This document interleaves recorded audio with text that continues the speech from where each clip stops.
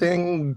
Good morning, good evening, good afternoon, depending on where you are in the world. And welcome to Chatting with Nicholas Vince. And in a few moments, I'm going to be introducing Paddy, Aaron, and Barry. But before I do, I just wanted to do a couple of things. First off was to give a shout out to the London Horror Festival. Many of you will know that I'm the patron of the London Horror Festival, which is a fringe theatre festival and live performing arts, which we reckon is the oldest in the country for specifically to do with horror. You haven't, if you are in theatre, if you're in the UK, actually, we had somebody from New York last year who was absolutely wonderful. But 9 o'clock tomorrow morning is the deadline for submissions. So if you're thinking about it, now is the point at which to do it. So yeah, so having done all that, I just want to introduce you. So we will start. Let's start with Barry because you're there. Hi, Barry. Hi guys, how are y'all doing? And if you just like to explain what you did on the films, that would be a good idea. Yeah, that would be a good start. Yeah, so I was the director of photography and the color grader for both Your Appraisal and Necessary Evils. Excellent, and great job you did on both of those. We'll talk about that a little bit more. And Paddy and Aaron, whoever would like to go first? Lady. My name is Paddy Murphy, and I was the co-producer and first assistant director and sound mixer on Your Appraisal and Necessary Evils. Well, there's a lot to do in there. I'm Aaron Walsh. I was the IT on set and editor for Your Appraisal and Necessary Evils. So I just warn you, Barry, I don't know if you meant to turn yourself, you turned your microphone off. I did, yeah. I coughed, so I was trying to be polite, but it's okay now that it's pointed out. It's fine. Cool. All right. So before we go any further, one of the things I wanted to do first was just because these were on the shelf behind me last week, but we were talking about other things, and I forgot to actually say a big shout out to John Lynch, who did the graphics for both the posters. That one is Your Appraisal, as you see, signed by the cast, and this one is Necessary Evils, also signed by the cast. And I should just say that for those of you who are curious, it just the actual words on the poster for those who wanted to see is just says Ben Lomax, dickhead. Ben is a selfish, stupid something. Ignorant. Ignorant four-letter word. And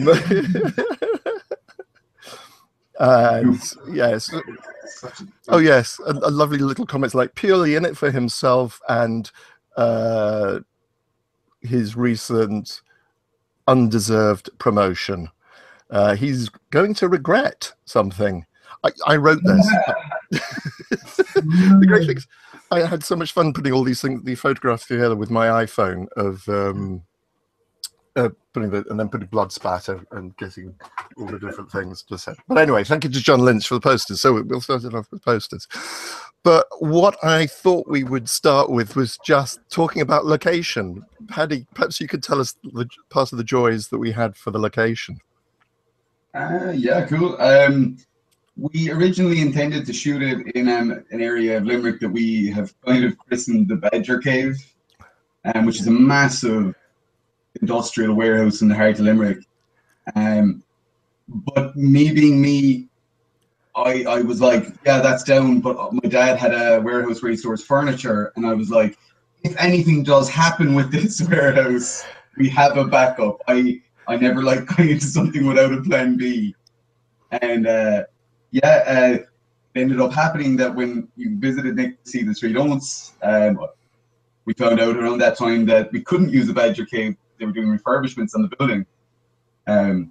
So I remember your initial panic was, it was, oh no, our singular location is falling through. And I was like, I'll take you out to Ennis tomorrow to show you somewhere else. If it fits, brilliant. If it doesn't, I'll try and start the Badger Cave. We'll hopefully get this sorted.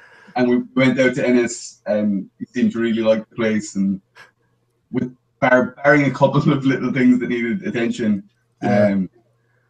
But yeah, and so that was probably the biggest challenge. Well, the initial challenge was just getting the location, and then after that, as you know well yourself, there was plenty of additional challenges. Incidentally, just in case anybody can see something small and furry wandering around Paddy's or Aaron's lab, I suppose that's Stitch. I'm assuming that's Stitch. Well, I used to Yeah, it's Stitch. Having such a good time. Yeah, that's Stitch. I laughed. I think people missed seeing Stitch entirely, but no doubt Stitch will make an appearance later on. I have to say, one of the great things that really sold me on the warehouse at Limerick, at Ennis rather, was Teresa. Yeah, Teresa is the manager of the furniture store that my dad has, and she's just fantastic. She's just so funny, so helpful. Yeah, life at a party is our Teresa. And she was great because we were saying, okay, well, we need this furniture, we need we need these chairs, and so on. And it was wonderful because it's just like, okay, well, we've got all this stuff, we don't need to worry about getting tables. And she's saying, oh yeah, that's being sold before then, but I'll make sure that I put that one at the back so you can use that. Teresa was, but yeah, I think the interesting thing was the floor. Yeah, I'd say there's a couple of more people who have more intimate experience with the floor. I know that definitely, well, you definitely had an experience with the floor. Yeah, we got floor. But O'Regan and Mikey Casey, Yeah. Dawson. a lot of work on that floor. Dawson, and I think Dave possibly helped it as well. Dave Markham. I think just about everyone, barring people that were rushing about with anything else major that morning, were concentrating on fixing the floor. So basically, just to explain to people what happened, basically this is a building that had been used for various things, and I think at one time was used kind of for antique sales and so on. But it looked as if they'd taken down internal walls so that you had tiles, and then you had large patches where you didn't have tiles, so there's basically trip hazards. So fortunately there was an awful lot of cardboard around, so we were cutting up cardboard to size and then using gaffer tape. I remember we had to get some more gaffer tape as well, didn't we? Yeah, I think we had to get about 3 or 4 rolls of gaffer tape. really expensive Halford stuff. Halford's finest. Yeah, Alfred's finest. Yeah, so sticking cardboard down in the floor. And amazingly, it worked. I think we had no trips that I was aware of. Certainly we had no accidents that I was aware of. And people managed to just kind of like walk across the surface, and it was still there at the end of the weekend, which I thought Still there now. It's still there now. Teresa's so happy, like the floor has been fixed. Teresa hasn't tripped in weeks. Yeah, it was good actually, and while we were setting up, we also like we gaffed all the cables down around where the cracks were, so there was no actual raised cables either. So everything was kind of taped down, and everyone was able to move around as well, which was pretty great. Yeah. Yeah, that's a really good, because a lot of the time you spend, because we didn't really have many, did we have to run power cables from outside the room we were filming in after all? Yeah. Yeah. Yes. Yeah, all of the lights were rolled in, and even the desk lamp for Your Appraisal, that was a separate cable. So we had 3 rolled in from one of the only rooms further back with power. Yes, because I remember we arrived there on the Thursday morning, because Paddy and I had been on the day that I was flying out, and we should tell people, we'll come back in a few moments to tell people about the 3 don'ts, but we went across on the Saturday morning. I was flying out in the afternoon, and we had said, yeah, there's definitely power here, etc. And then we walked in on the Thursday morning, and we couldn't find a socket that worked. It's like, okay, we have no power.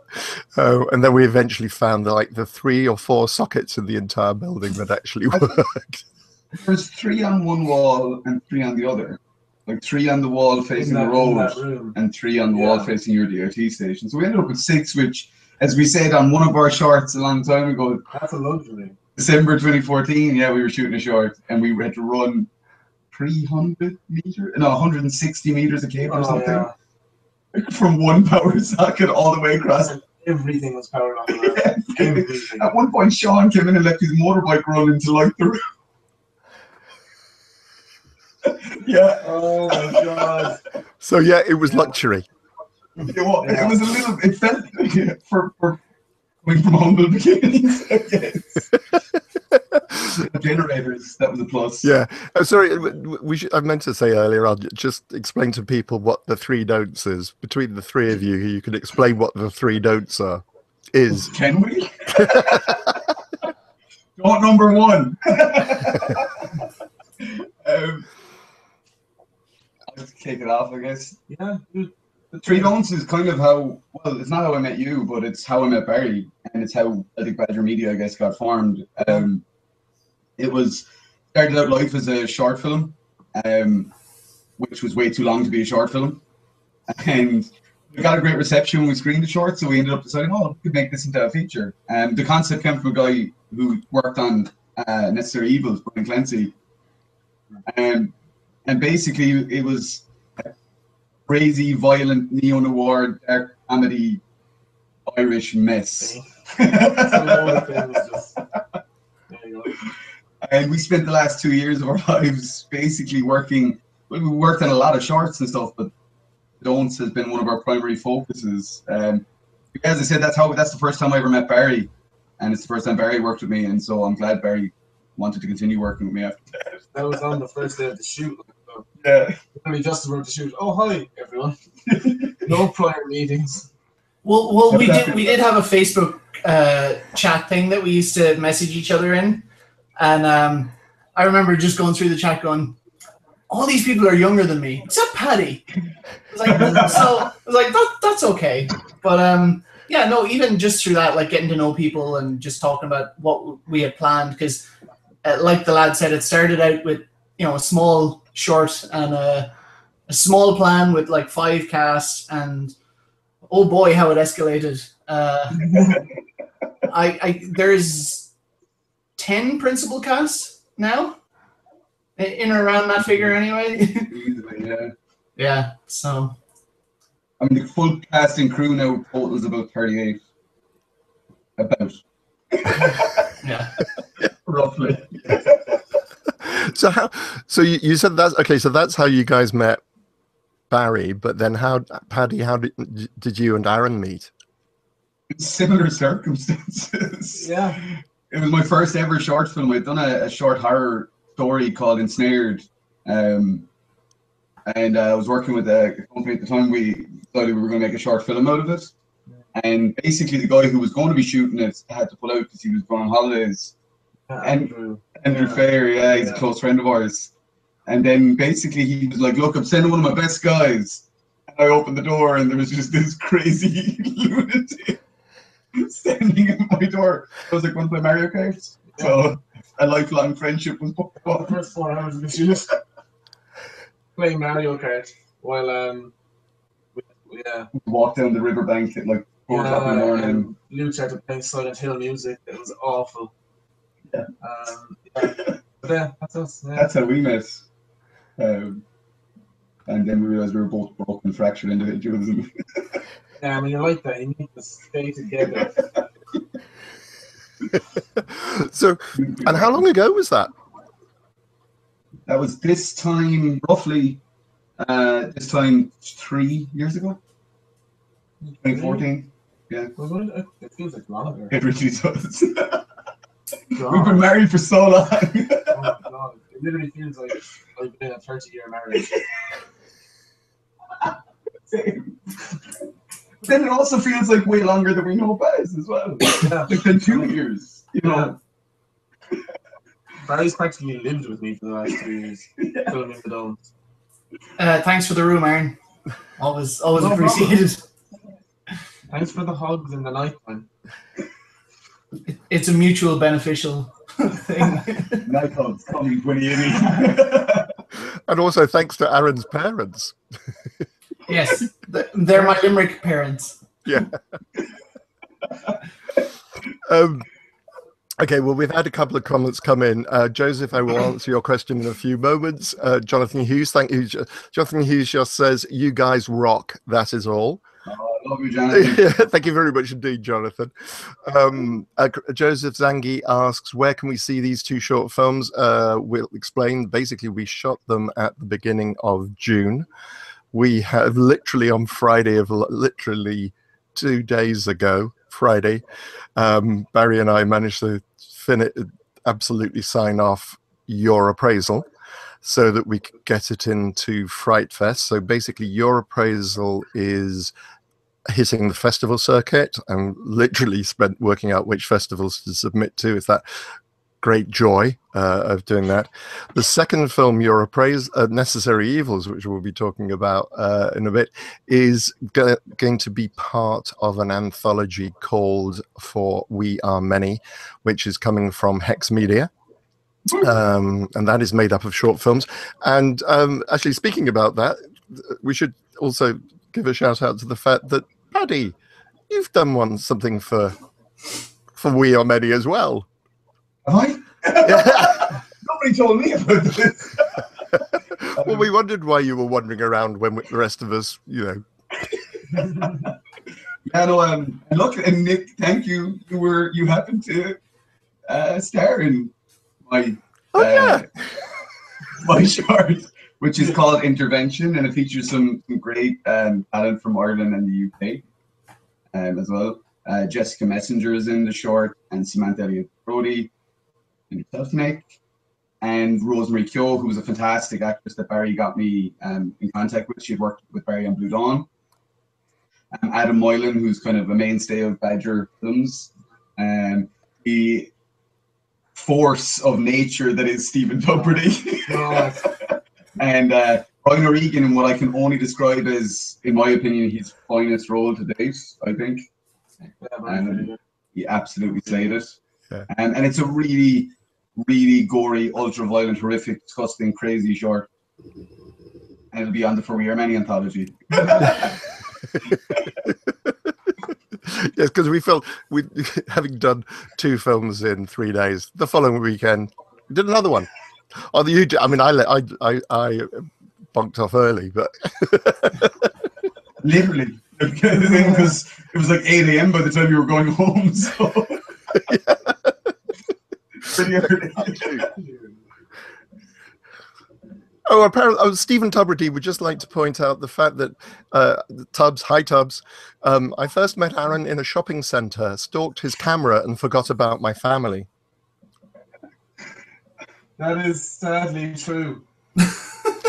Would you like to explain that a little bit more? Yeah, okay. So in the main shopping centre in Limerick, there was a fashion show on, and I was shooting all these different events for it, and one of them was like this makeovers to families and all this. So I was filming, and I was standing there just on a tripod, just like record, just standing there for hours, and then 2 people went up and they recorded again, and for like the next 20 minutes there was just this guy that every now and again would just go, just kind of get a little lean over, and then get a little closer, again, and eventually just leaned in and went, "That camera, dude," and just leaned back away from me, and I was like, "Oh, okay, man." And then he just started talking at me. Eventually, I joined the conversation when I had a chance to. And then we chatted the whole time while Lisa and Grace, which is his partner and daughter, when they were getting their makeover. And they were like, "Okay, we're going to leave now." And then me and Tubbs just chatted the whole way out while they walked behind us. We forgot they existed. And then we became friends. Then he ended up coming to the Three Dawns premiere. Not the premiere, but for the screening for the shorts, the original shorts. Saying something pretty bold to me after it. It was one of the finest introductions anyone's ever had, in my opinion. I don't know if I can even say it. I don't know, considering the things Tristan's done on this show. I was gonna say this is always my go-to. Is whatever says, can I swear? Well, when you consider what Tristan did, yeah, go. But Tubbs literally walked up to me the very first time I'd ever met him. I knew his sister because she was our special effects makeup artist on the Don'ts. And literally, Tubbs walked up to me, shook my hand, looked me dead in the eyes, and said, "I will suck you off."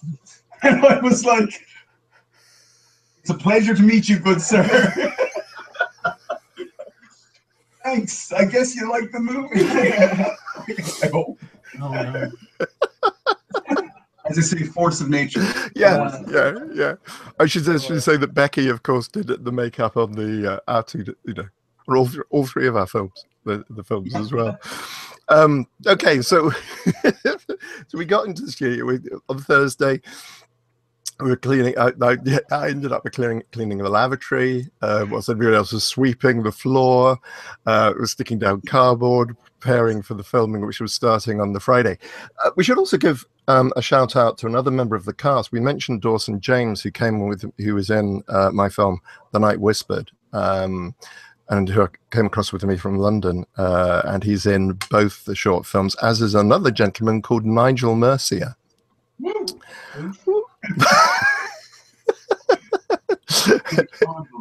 Oh yeah.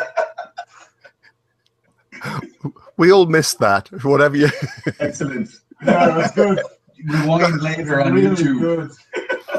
I have to say, it was quite fascinating casting process, because obviously I was in London, and we should say the reason we decided to do this together was because I had been invited by Laurie to do something for We Are Many. I had already been discussing working on the script for Your Appraisal, and then Paddy and I were talking, and we realized that it kind of made sense if I was going to do it, that actually working with these guys who I wanted to work again with anyway, because I first met them on Paddy's film, which you can see on the poster behind me. That always makes me so happy. Thanks for chattering. Which is called Retribution, and that's not quite when I first met you, though, was it? I met you on Remnant first, Andy Stewart's film. I nerded out a bit. Probably scared you a little because I was like, "Oh my god!" And yeah. Katie was like, King Bonham is just like, "Put it back, man, put it back, come on, okay, it's okay." And yeah, and then I remember that hesitation of like, "I want to send him a script. I want to send him a script." It was like, "The time, don't be that needy person. Don't send him a script right now." And luckily, then when I did send you Retribution, you seemed like you wanted to be part of it, which was great.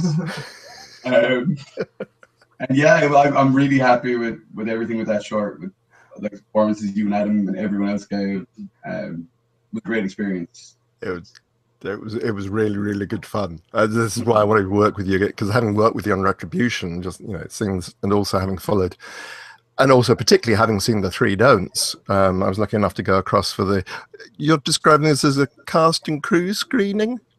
Test screening. The test screening of the Three Don'ts. That was just an amazing experience, and really keep it. And I'll at the end of the program, I'll make sure that you tell people what's happening with that, and when they hopefully be able to see it. But it was just an extraordinary experience working with you. So we decided we're going to work together.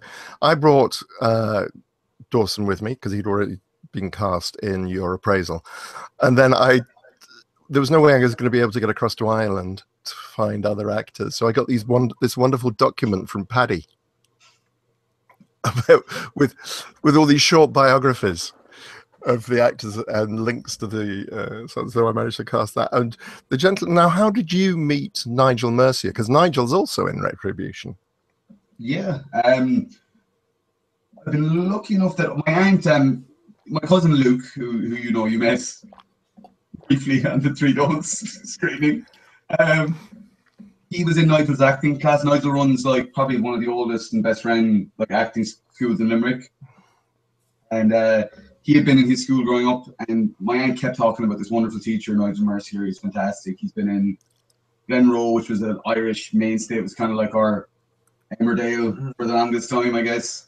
And then Nigel was a mainstay in that. He was in a film called Cowboys and Angels in the 2000s. He's been in Love Hate, a lot of big Irish films and TV.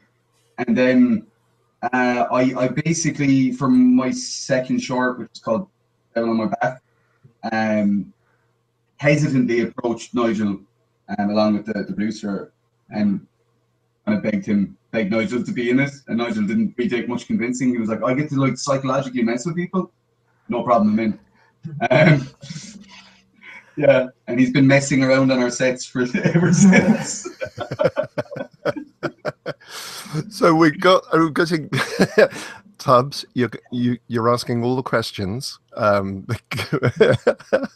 So let me. But one of the points, one thing I will just pass on is that James, who's one of our major Kickstarter backers, who I was chatting to on Friday, was saying, "All the laughing is infectious. My little parrot Cappy has joined in." James has got some wonderful, but we were Skyping on Friday, and he has got a collection, I think, half a dozen of them. But thank you very much indeed for joining us, James, and for contributing. Yeah, thank you, James. Why is that swearing when the bird copy it? That's what I want to know. Please don't do that to one of our producers' parrots.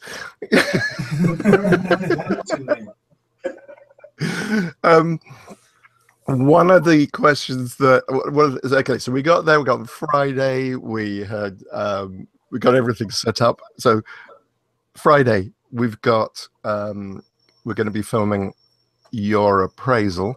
We started. What time was call? Was call 8 o'clock in the morning?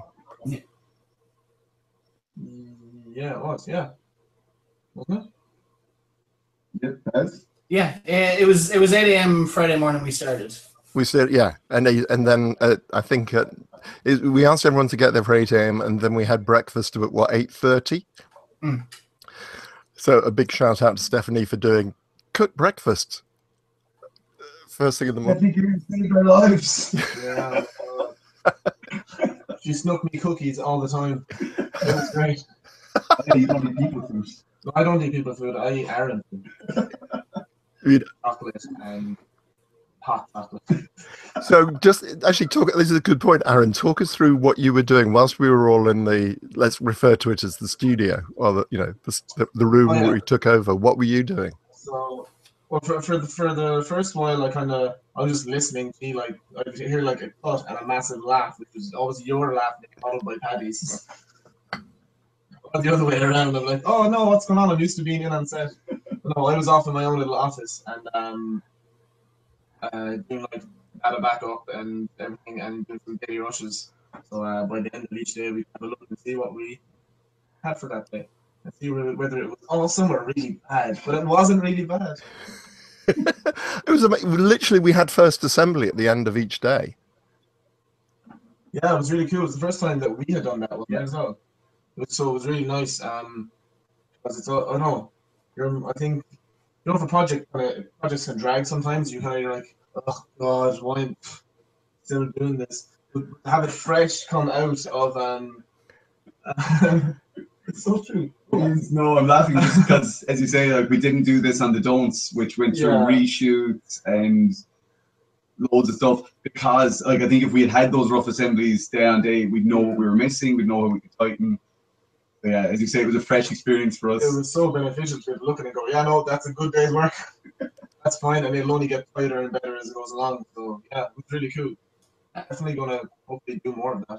It was really good as well on Necessary Evils to be able to, because we have a VFX shot at the end that it was literally like one of the last couple of shots that we had done, and it was great to be able to kind of put it in a timeline and see, does it work? Can we make it work? Can we call wrap now, or do we have to go back and shoot something else? So it was nice to have DIT on set for that. And yeah, that was really not effing cool. I didn't curse. It was really cool to have that. This is really a challenge. It's so difficult. You can curse. Honestly, I mean, I doubt if your parents were watching, so you know. They don't fucking care.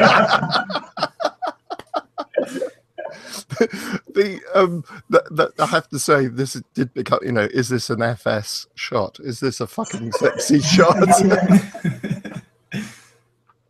That was fantastic. So basically, lingo on set for the shoot, FS was fucking sexy. So yeah, it was pretty cool terminology. Yacino. And Yacino. Oh my God. So just come on, Paddy. I think you should tell the Yacino, because this is one word that I want to introduce into the English language now. Is the word Yacino? Yeah, I have she's 6 in August, a little girl named Piper, and she adores Nick. Ever since she first met him on Retribution, when she was showing him sticking monsters to the floor with stickers. And yeah, she did a little sheet. I will never understand what the purpose of it was. I think it was to emulate your photo for your appraisals. I don't know. Not the pen. Yeah, it was a sheet of paper with just pens, sellotape to it. Just the words. What I read is YOSINO, Yacino, written. So I said, "Why did you write Yacino on this?" And Piper said, "It says yes/no, Daddy." Jesus. I was like, "Oh, okay. I'm sorry." But then, Nick, you can continue the story because you were very gracious in your actions. Well, basically, I just said that we had to do a shot where we can include, because she'd taken all that trouble to supply it. Because I remember you walking up to me and, "Oh, by the way, Nick, Piper wants you to include, has got something for the set." But it wasn't just me. Nigel got involved as well, and basically we did a special shot of Nigel holding up the paper and just looking at the camera in the way only Nigel can, because he can be terrifying. Yeah. And just look at it. "Did you do this? Yes or no?" The Piper cut coming to festivals soon. Yeah. You probably could. Yeah, it's So one of the questions that Stephen has, it's actually, this is a question for all of us. It's come through in 3 different. Okay, how much? Sorry, Tubbs's last question was, "Paddy, how much do you love me, and what drives you to keep making amazing content?" Me? What drives me to continue making amazing content? The fact that Barry will continue to shoot stuff for me, and that Aaron will continue to edit stuff for me, and their talents make me seem remotely talented. I know what you mean. I meant from my perspective rather than yours. One of the things I was going to actually, another question that coming in from Tubbs is, how is it that you managed to create such amazing shots on set, Barry? What training do how do you approach? What training have you had? How do you approach a scene?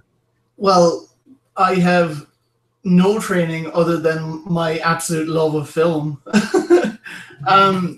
No, genuinely, it's just something that I've always been really interested in. Like, I remember I always loved films, and my memory from being like really young was like one of my favorite things to do was, my parents would bring me to the cinema, and it was just always a great experience. And the first one that really stuck out to me was when I seen Jurassic Park.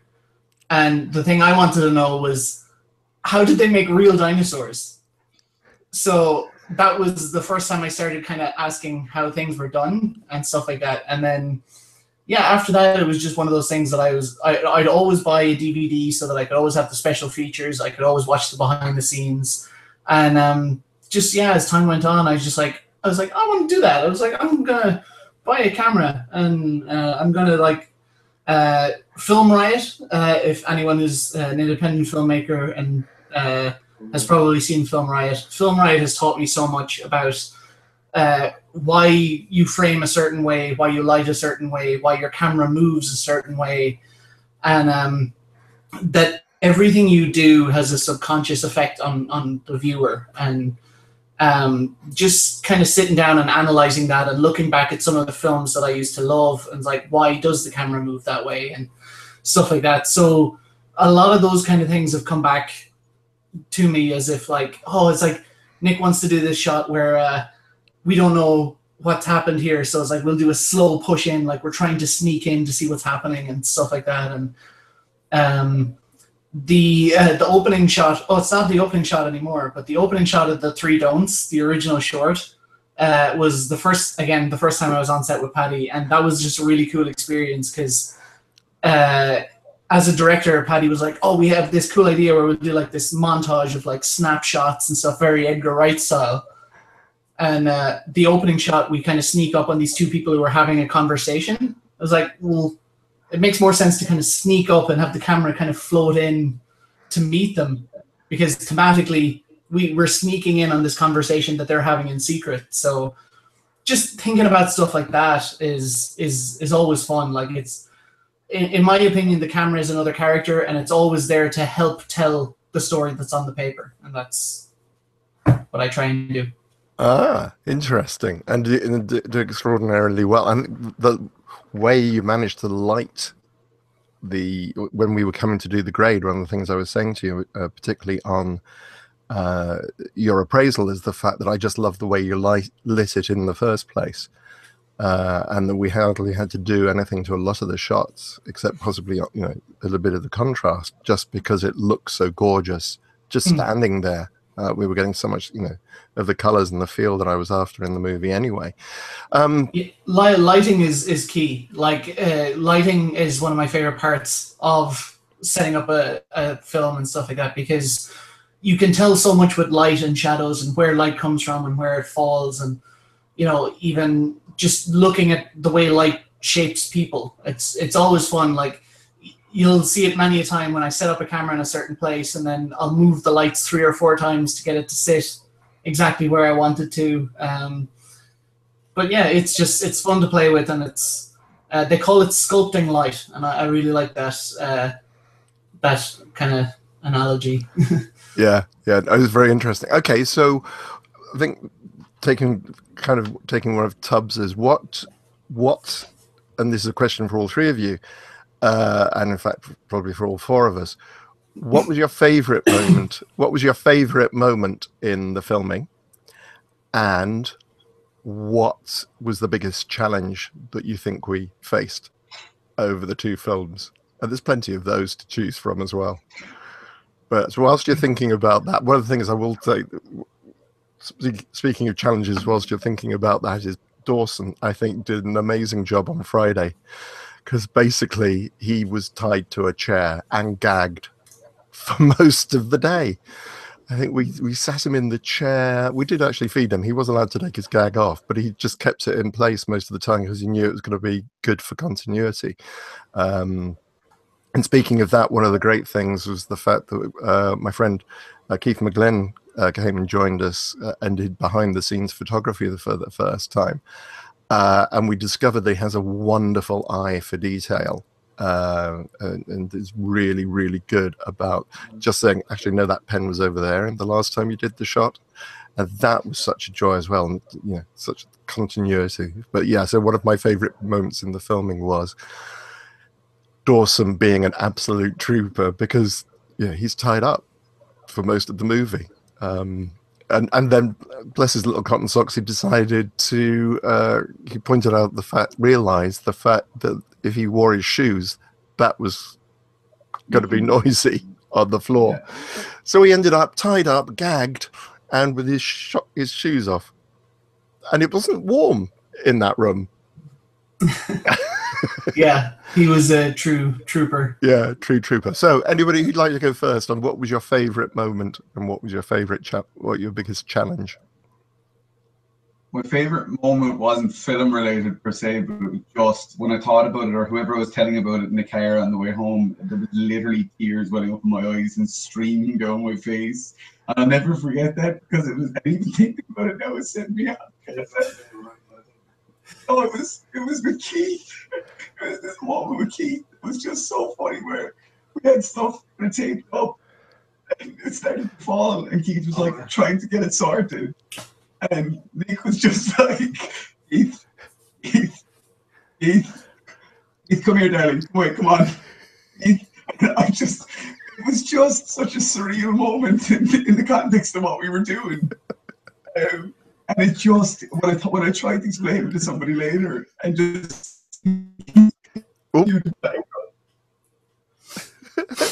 We lost you. So basically, just to explain, Paddy's obviously entirely lost it. It's basically, we had cardboard covering one of the side, part of the room, and Keith just happened to lean against it slightly, because it was also precariously attached to each other. It just started falling.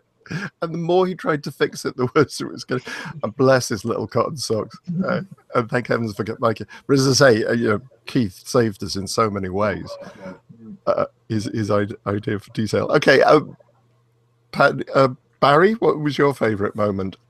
Again, my favourite moment, like, I love being on set and I love filming everything and I love discussing shots and, again, why to move camera, how to move camera and stuff like that.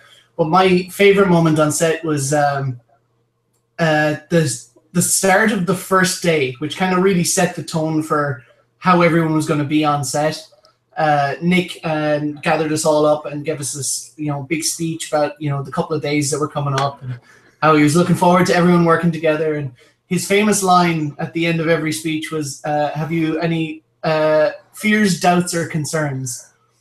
And immediately on the first day, Dawson put up his hand, and Nick goes, "About the filming," and Dawson just put his hand back down. And I think that really set the tone for how much fun everyone was going to have on set, and that everyone was in the same mindset about having fun, making good films, and just enjoying themselves. So yeah, I really enjoyed that. Which reminds me of his other classic moment of the movie is like, asking similar questions like, okay, does anybody have anything to say or contribute? He just said, yeah. The movie Titanic cost more than the boat. Yeah. What a man. Absolute genius, absolute star, absolute legend. Aaron, what was your favourite moment of the filming? You just said it. It was literally that. I think Dawson in general, because when I came and picked him up then from Ennis and I spent the day with him and then dropped him to the airport later on, Dawson in general was just my favourite thing about it all.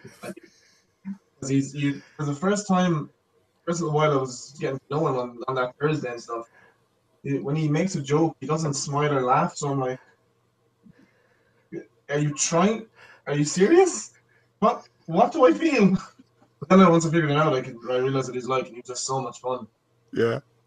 And even when everyone was like really rushed, Dawson would just always throw in a little joke that would throw everything back by about a minute or two. It was great. Yeah. I love Dawson. He's really good to have. He's really good around to have on set for that. And what were your biggest challenges? Everything. Nothing. I just sat there and edited the rushes. We because the second day of the shoot was a pretty intense one, and we had a visit from one of our incredibly generous and brilliant backers off the Kickstarter campaign. A fantastic, amazing guy named Greg Orsi. He came to the set for a visit. It was brilliant to have him there. It was great to have him involved, but for me as assistant director, it felt like things were slowing down. And I was getting very unnerved. I was there with my little all sheet shot list and just like, we need to talk. But to be honest, overcoming that challenge was in and of itself another kind of really cool moment. So just figuring out what we had to do to get through and make it all fit within the 3 days. Yeah, it was actually really cool. And Greg was, it was only when I looked at the behind the scenes photographs did I realize that Greg got to act as a stand-in whilst we were setting up some of the shots. Oh yeah, That was me. I asked Greg to sit in just so that we could line up a couple of people and stuff like that. He was a good sport. He helped out. He was very, very, I've been chatting to him since. Lovely, lovely guy, and we're very, very grateful for your support, sir. Barry, actually, I think I do know one of your biggest challenges, Paddy. That damn projector. I forgot about the post, yeah. Yeah, the projector. I remember on the day we were like, yeah, there's projector noise, but as long as it's consistent, it's going to be okay. But yeah, it was just because the direction of shots was changing and stuff. The projector noise was frustrating. To be honest, I've definitely dealt with a lot worse audio-wise. We did a scene in the Three Domes that took place outside, and there was like heavy wind and heavy, and like it's basically we can't reshoot that scene, so it's just having to try and figure out fully ADR it, or you know, but yeah, so the projector was an inconvenience, but it definitely wasn't as bad as the scheduling felt. It's the fact that we discovered as we got there, it's like we couldn't actually make it change slides. Oh yeah. Oh my god. Because we prepared it, and we had a USB to stick in it, and so on. And we discovered that it was the wrong format. And of course, this is one of the great challenges from my perspective. Was like I was ordering quite a lot of the costumes and the props and so on. So basically, I was having to order them from Amazon UK, then having to pay extra for the shipping, but also the timing of the shipping, and discovering that not only was there extra delays, but literally having ordered one set of trousers for because they're 4 army guys in Necessary Evils. Literally, I ordered one, and then a couple of hours later, I went to order another 3, and discovered they'd all sold out. And therefore, I had to find new ones. And then with the boots, I ordered, because everyone had to wear the same boots. Again, ordered them. Great, I'll have them shipped over. Oh, I can't get them shipped to Ireland in time. I'm going to have them shipped here. Then we're going to have to. In fact, Dawson and I went into town to actually get buy drives for the backups and so on, and then having to ship stuff over to Ireland. That was one of the fun challenges as well. You know, when you're filming in a different country, having to do that. Incidentally, Greg Orsi is watching. So hi, Greg. Hi, Greg.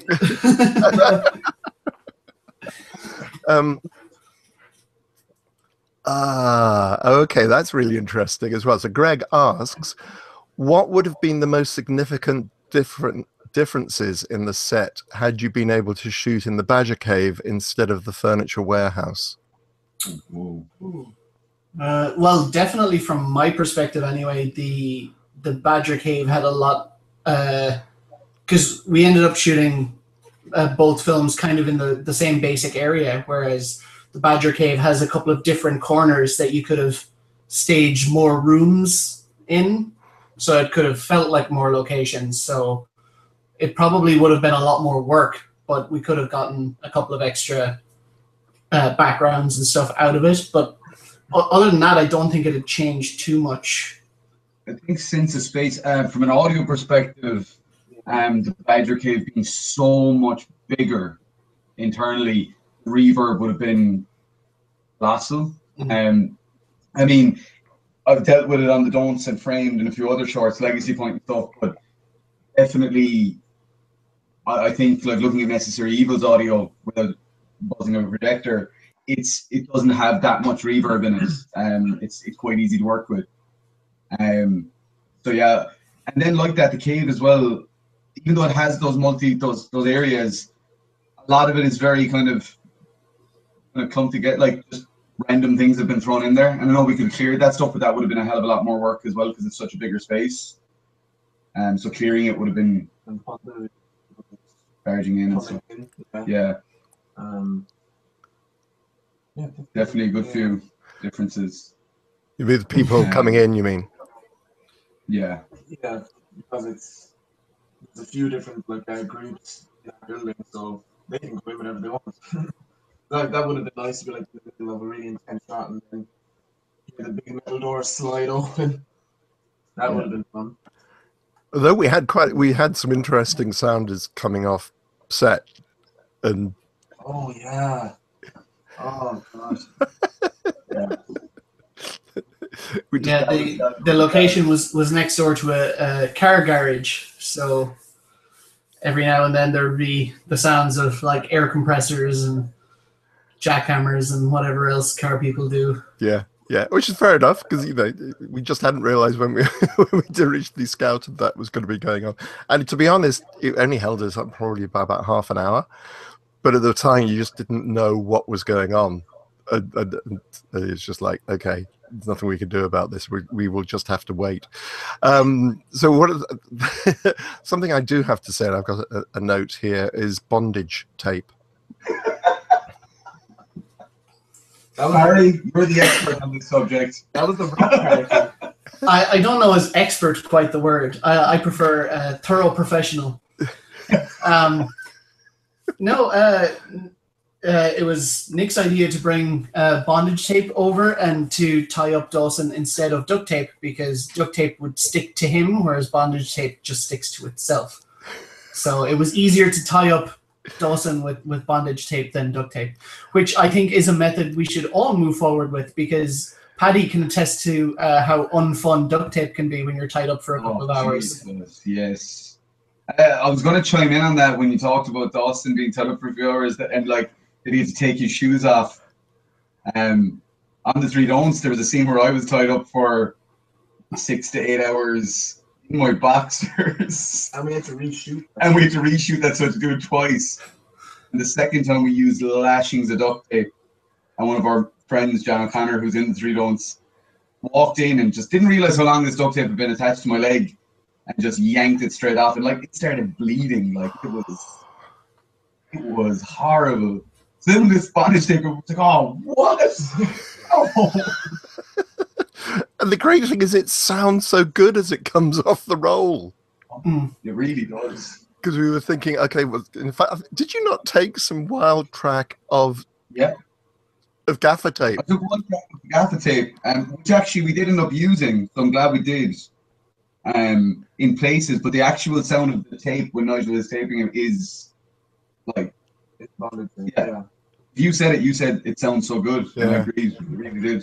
Yeah. And because Paddy and I had discussed basically, if we're going to use gaffer tape, then how can you make it less sticky because of your experience? And we're talking about, you'd have to take it out and stick it to clothes to make sure it was less tacky. Yeah. And then we'll carefully wind it back on the roll.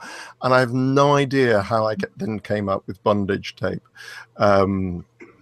Sure, no idea, Nick. No idea whatsoever. I did not even know that such things existed. We have such wonderful sights to show you.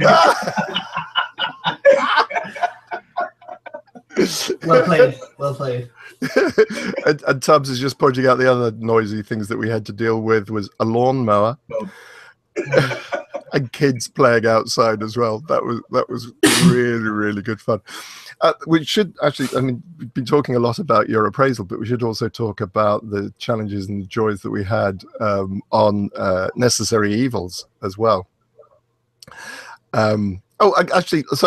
Should just point out, Craig says, a direct quote, "I think I came up with the bondage tape idea," or doubling over on the tape. Nice. So, thank you, Craig. Thanks, Craig. Yeah. Yeah. Yeah. Well, okay. Not so innocent after all. And that's a story I hadn't heard before. Yeah. I'm interested to ask you a question, Nick, about Necessary Evils. How did you find it going from like kind of a two-person short with like Your Appraisal moving into quite an ensemble cast, even though it was quite contained in Necessary Evils? How did you find that? It was really interesting because I enjoyed both. Obviously, it's a hard one to answer because it's still the same principles. Yeah, you've got one of the great things was that the fact that we've already mentioned Brian Clancy, this Fiat Kunz, and Nathan Wong. who joined us, and then we had the non-speaking roles as well, including Paddy and Aaron in non-speaking roles. And the fantastic Esther Woods, she was great. Yeah, and Esther was really lovely as well. Thank you very much. The fact that the guys had already knew each other and had worked, although Fiach I don't think had worked. Oh no, the Fiach had worked with Brian before. Fiach had worked with Brian, yeah. Yeah, but I think this is one of the great things about working with the Celtic Badgers. Everybody generally has worked together before, generally speaking, and there's so that a lot of that getting to know you stuff. Everyone was working very closely with one another, and there's a lot of trust on. People trusted each other with their performances, which makes my life as a director. So I was just thinking about placing and so on. And moving the different, but the performances are just wonderful. They really, really are, and quite terrifying at times, because I really thought there was some violence going to take place on the set at one stage. That's something that I remember fondly from set as well. Is that knowing we were getting a good scary shot was so easy when I was sitting beside Nick, because he'd be squirming, and maybe if you got a whimper. Then I'm like, oh, we're getting something good. He's scared. We got this. I'm so desensitized that I'm using. I think I should have Nick there as the barometer on all things to be like, is this scary enough? I'm gonna go to Nick. Yeah, it's good, guys. We're moving on. It's true. Because I remember saying, Paddy looking at me and just saying, "But Nick, you wrote this." I said, "Yeah, but they're right there in front of me, It was so nice for me. It was refreshing, as I said, because I'm kind of desensitized myself to some extent. Like, it was kind of so refreshing for me to see a director actually get so. I've had that experience, but mostly with emotional shorts. I get really uncomfortable and like really squirm on really, really emotionally driven stuff. But then, with violence and gore, I'm like, par for the course. Whereas it was great to see that fresh kind of like. See somebody actually really be affected by it. Like when we take Retribution to festivals and you get to watch people squirm in their seats, I kind of love it.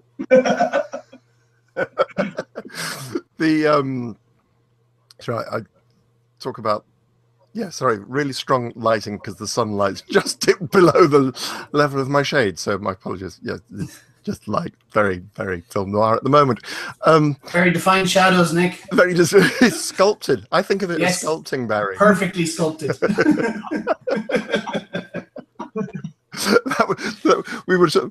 Craig was laughing earlier on, saying, "Why isn't Barry wearing glasses?" And I have to say, one of the things I love on Your Appraisal is the fact that we did have Nigel in glasses, because you get all these great reflections on the glasses.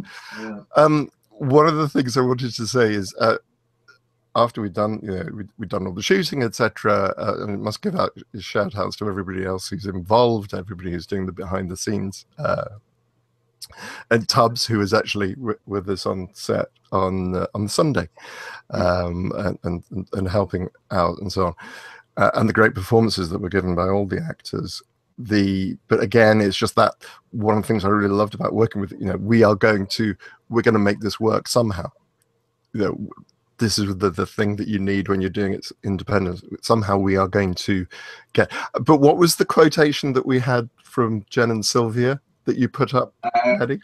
It was one that they had sent me in an email just when we were talking about the three don'ts. That they said to me, always remember that the mechanical shark in Jaws didn't work, and there's a creative solution to every problem. I was like, that's going on the wall. Yeah.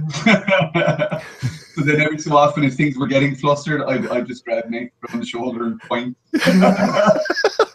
There was that one and the other one about keeping calm. I think it was very useful as well. It's kind of like, Yeah, it was like, just smile or something, everything will work out. Yeah. Yeah, I actually really start doing that on my own shoots, just putting them around the place to remind myself, because it's easy on an independent film shoot to get carried away with, this isn't happening and that's not working out and this, and then you forget that typically 9 times out of 10 it will all work out. Yeah, but I think the thing of actually having quotations, I'm trying to think what I'm sure I've been on another set as well where it's done, and it sounds kind of corny, but actually it's really helpful because you do get into your own head and your emotion, and things get tight, and it's really, really, because stuff does go wrong and it doesn't work as well as, one of our challenges was one of the physical gags that we had to do. I was just like, okay, no. Okay, this is not going to work. Let's just now move on. We will sort this out in post with something, and we've already done that. So we're actually at the end of the hour. What a surprise that is! There was sure was. My God. Yeah, that was an hour. Very, very quickly. One of the things I did just want to ask was a couple of technical questions. Barry, what cameras and lenses did we use? Because they were different on both films.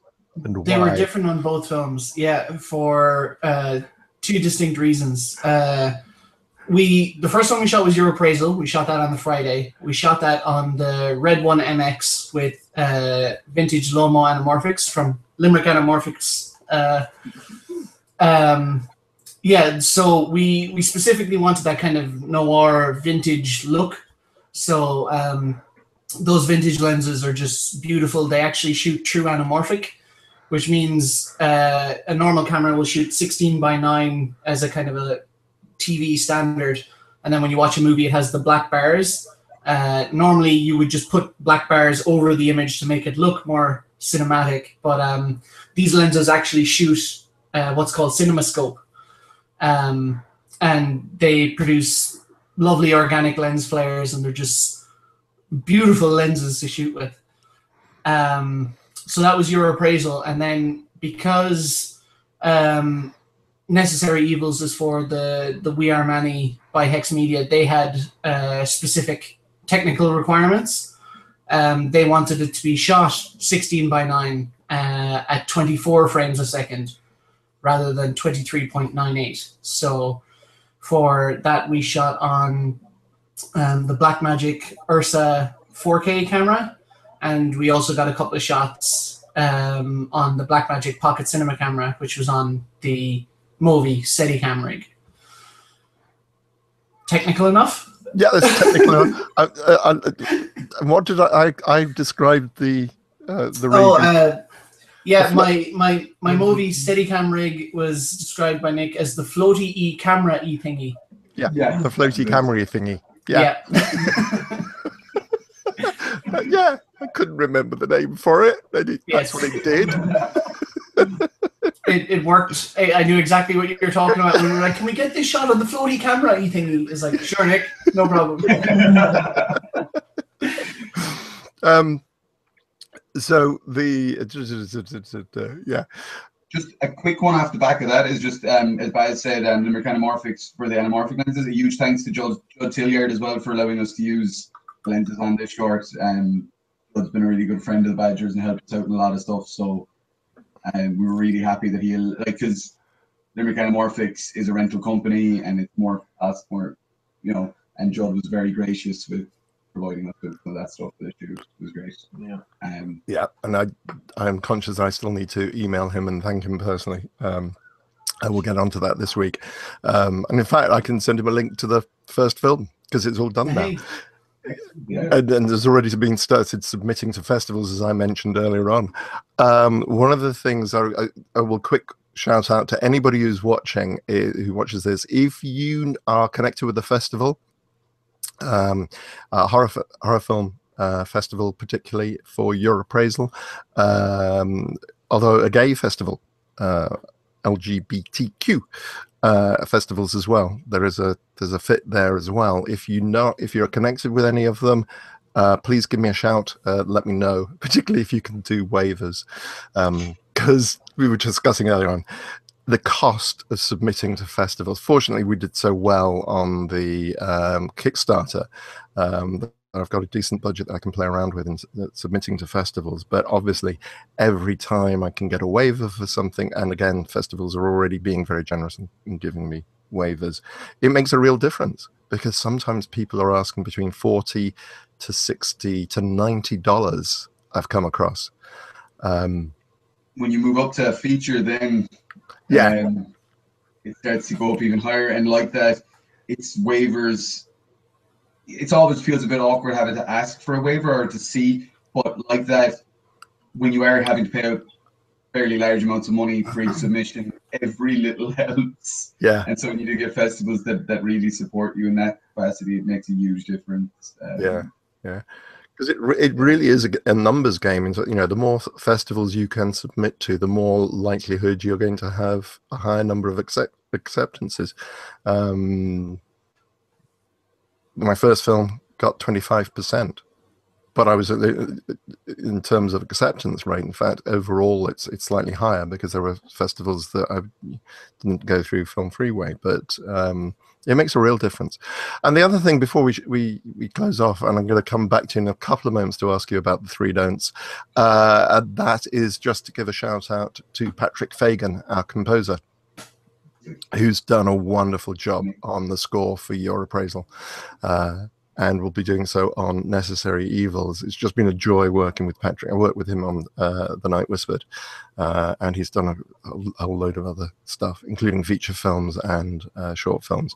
So a special shout out to Patrick. And for those of you who are actually Kickstarter backers, many of you will get to listen to some of the score.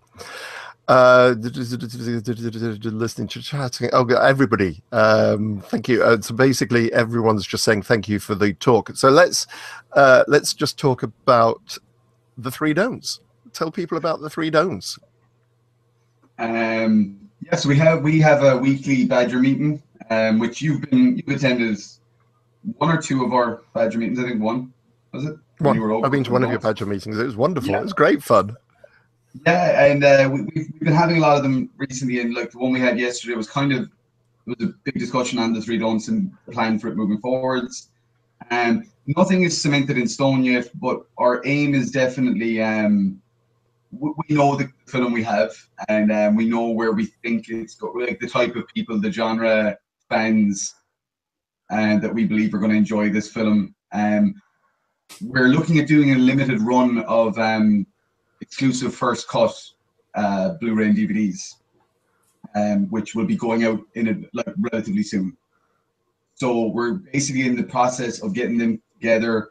There's going to be, if you keep an eye on facebook.com/the 3 don'ts or facebook.com/Celtic Badger Media, there's hopefully very soon going to be a pre-order option for, let's say, roughly 100 exclusive 3 don'ts Blu-rays first cuts.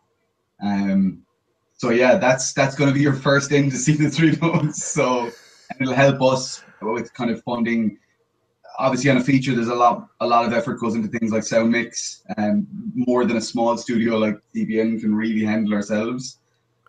So we will potentially be running a Kickstarter. We will be having these exclusive Blu-rays, and we're just looking at ways of financing the last stages of production, of post-production, and then we'd also like to just get people watching it and talking about it and saying, yeah, God, that Irish film was mental. What was that about? And Baz, I'll let you jump in. Tag. Yeah, I don't know what else I can add to that, but yeah, no, the 3 don'ts has been it's been an amazing 2 years, and it's now at the point where we're just like, we can't wait for people to actually see it, and I guess experience it is the right word, because it's just I'll let you do the quote that the Soska sisters gave, but it's just it's one hell of a film, and I can't wait for people to actually see it and start talking about it. Yeah, what was it? I think of it off the top of my head. I'm pretty sure it was a really fun, batshit crazy film. Yeah, that's all I've ever wanted. That made me so happy. A really fun batshit, yeah, a really fun bat crazy. Yeah, that crazy shit film. Batshit crazy. Yeah, batshit crazy film. Yeah. So and having seen it, it's wonderful. I keep on singing the praises of the 3 don'ts, and I had such a good time when I watched it. He's one of the funniest things. There are still moments where I just think about it. And yes, Tubbs, you're in one of them.